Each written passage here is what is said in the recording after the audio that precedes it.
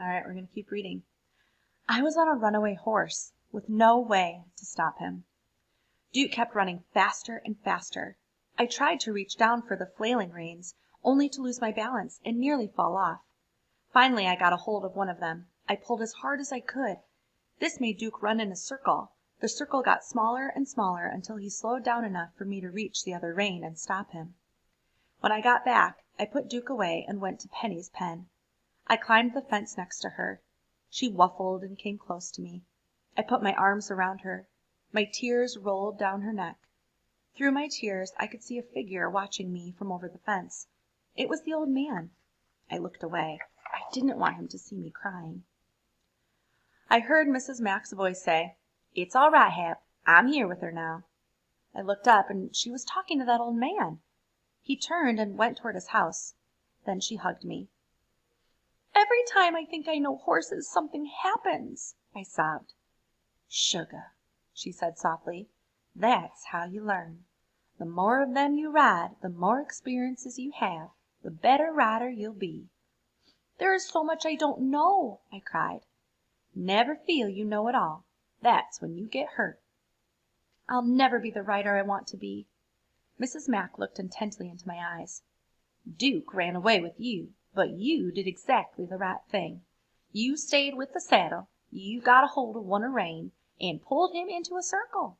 I never told you to do that. You're a natural, Pat, a natural." Just then Penny came over to us and nudged my back with her head. Mrs. Mack looked surprised. "How often do you come down to this corral with Penny, Pat?" she asked. "All the time I can," I answered. "She doesn't take to people easily." Her voice trailed off. I heard a door slam. The man next door had gone inside. "Do you know that old man, Mrs. Mack?" I asked. "I can't say that I know him, but I know why he is the way he is." "Seems like he watches me all the time when I work out," I said. "He probably admires you, how hard you work to master riding. He, more than anyone, understands hours and hours of practice. He was a flyer with the Ringling Brothers Circus, a trapeze artist." "That old man? Well, what happened to him?" "One night during the performance he missed a catch and dropped his brother. There was no net." "Did he fall?" "That's just it. He didn't. His brother did, and died from the fall. Hap blames himself.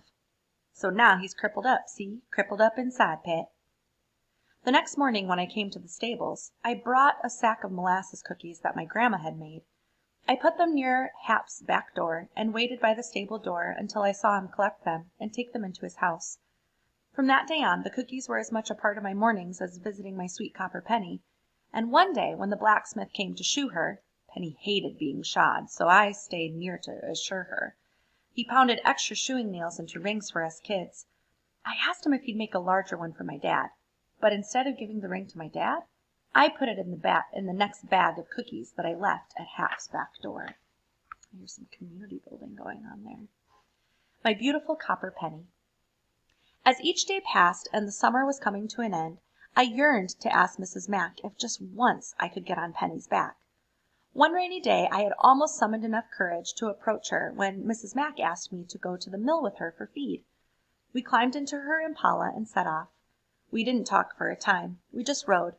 Then she said, "Have you ever wondered how you ended up here in Dogpatch with the rest of us?" "My dad brought me here," I answered. "No, sugar. You ended up here because of a love that burns like a fire in your belly. Your love of horses. Your pa knew that I loved them the same as you do, so he hooked us up." She smiled at me. "Not everybody has that kind of feeling for those animals, you know." Her voice trailed off. I knew exactly what she meant. "They know too, Pat, the horses. They know when they are around a pure soul that loves them. They can feel it in your hands. They can see it in your eyes. They can sense it in your heart." I just looked at her. I wondered how she knew so much of my secret feelings. "That's what brought you here. That's what brought Donnie and Nancy and all the other kids who've come through my stables." I smiled at her. I hadn't wanted to come to Dogpatch, ever, and I hadn't wanted to know Donnie and Nancy. Too different. But we were more alike than different. I knew that now. Then we just sat together in that old impala. It felt so good to be sitting there and loving horses in that car with Mrs. Mack. It was a very sunny Friday when it happened. I arrived at the stables like always, but something seemed different. I knew that I was getting a new mount. Usually Donnie or Nancy would bring the new horse to me, but today Mrs. Mack went to get it. As Donnie, Nancy, and I waited by the hitching post, I wondered which horse Mrs. Mack was going to bring. Maybe her horse, Apache. When I finally saw the look on Donnie's and Nancy's faces as they looked behind me, I knew it must be Apache. I could hear Mrs. Mack's voice talking softly to the horse. But when I turned around, I saw it was not Apache. It was my Penny. I couldn't breathe for a whole minute. Mrs. Mack handed me the reins, her eyes kind of watery like. I drew up the reins and mounted without a word. It felt as though time had stopped. The air wasn't moving. It seemed even the birds were watching. "You made it, Hollywood," Donnie said softly as he smiled. Nancy nodded and gave a thumbs up. I felt my heart connect with Penny's. Her body quivered. She waited for a signal from me to tell her what to do. I touched her sides with my knees. Penny responded, almost jumping out from under me. I reined her in quickly. My heels were down, my tail tucked under, the reins light in my fingers. I remembered everything I'd been taught. It was second nature now. "Take her in the corral for a few turns before you head out, Pet," Mrs. Mack called to me. She sat on the fence rails and watched Penny and me intently. Penny seemed like part of me. She moved as I moved. Her thoughts were mine. We moved like dancers or ice skaters together. I felt elegant and graceful on her. As I passed each person at the fence, I caught their eyes. Even old Hap was there.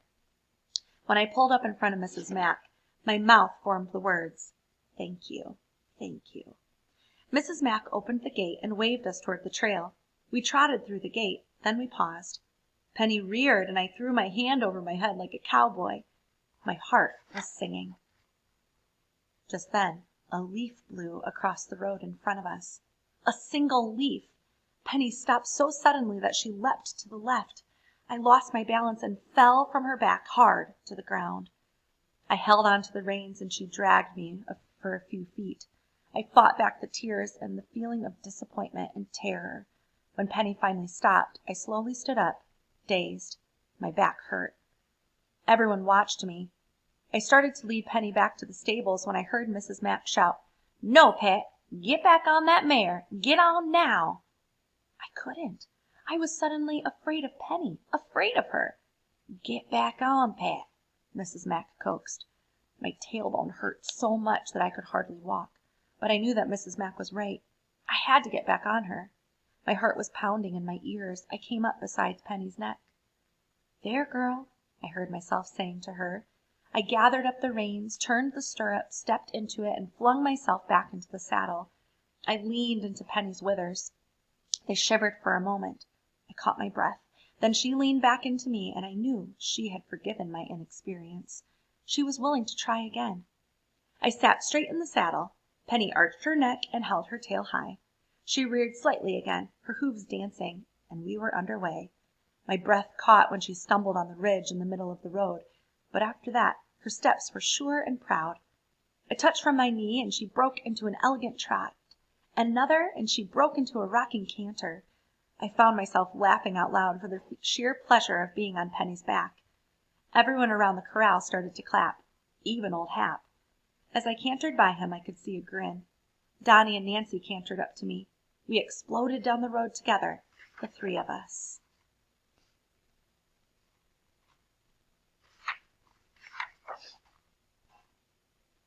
There's got to be something. The air seemed to be getting a little cooler in the mornings as I arrived at the stable. I knew that I'd have to go back to California for the school year with my mom soon. I relished the days that were left to Penny and me. We were never apart. Even the neighborhood kids would call out her name when we trotted by. The smell of burning leaves drifted through the limbs of the trees. I was happier than I had ever been, and sadder at the same time. One day at lunch I burst into tears. No one tried to console me because they all felt the same way. This had been such a glorious summer. "I am going to miss Penny so much," I finally choked out. "She'll miss you too, sugar," Mrs. Mack said as she took my hand. "I don't want her to be lonely. Who will brush her every day? Who will hug her and tell her how much they love her?" I cried. "I will, sugar," Mrs. Mack said quietly. Nancy pointed to a worn photo tacked to the wall. It was of a meadow. "She'll go up north to Ashley to stay on Mrs. Mack's farm with the other horses," Nancy told me. "Farm?" I questioned. "I didn't know you had a farm," I said to Mrs. Mack. "Prettiest place you'll ever see," Donnie said. So the tiny trailer she lived in here wasn't Mrs. Mack's only home? It was at that moment that I realized that Mrs. Mack chose to be in Dogpatch with her horses and these kids. Maybe because of the kids. I looked at her and Donnie and Nancy, and without another word we stood there and hugged each other for the longest time. Some mornings later, it was overcast and dark when I arrived at the stables. I saw Donnie and Nancy standing waiting for me, and Doc Beck's truck parked in front. Something was wrong. My heart stopped in my chest. I knew it was Penny. I ran to the back of the lot where her stall was. I found her down. Doc Beck was leaning over her, holding a mirror next to her nostrils. A trickle of blood was running from her nose. "Oh, Doc," was all I managed to squeeze out. He stroked her neck. "A viral infection of some kind, Pat. If we can't get her to her feet, it will most certainly go into pneumonia."